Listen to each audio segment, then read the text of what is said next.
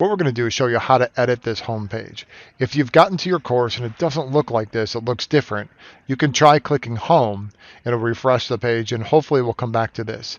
If you still don't see it, go back to the previous video to figure out how to make the imported page your home page of your course. To begin editing, you want to go to the upper right and click Edit. It's going to show up and it looks a little small. So in the lower right, there's a half a waffle. I can click and drag down to expand the view. Now I can click and drag this down a little bit. So this is where you want to update the course information. If you said you taught chemistry or fourth grade and you told a family that, they might not really have a good idea of what that's about.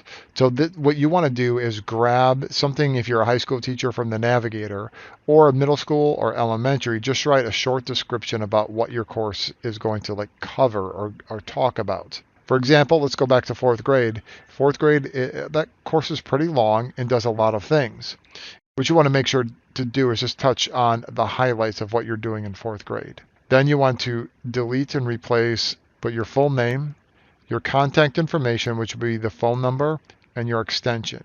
If you do not know your extension at this time, just leave that blank and come back to it. What is your plan time, which is usually the best time to contact you? Do you coach or sponsor anything? And link to any of your socials that you use. So how to use Canvas in my course. That might be something you want to grab from a PLC partner.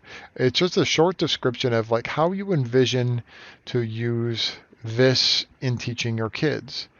A lot of people, or most people, or pretty much all people, just go to modules and they'll use modules, and that is where you're going to go to find your day-to-day, week-to-week learning. So that might be something you want to put here. To get started, click on modules on the far left navigation, or click the button at the very top that says modules. This is something you want to come back to over time. At the beginning of the year, you might not have a lot to put down, but give it 2 weeks, 4 weeks into the school year, you're going to have a good understanding of how this works.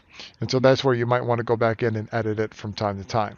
One super important thing to remember is down here is to click save when you're finished. And what that does is make sure everything is saved and published and shows up correctly. Next, we're going to go into editing these buttons and the title up here.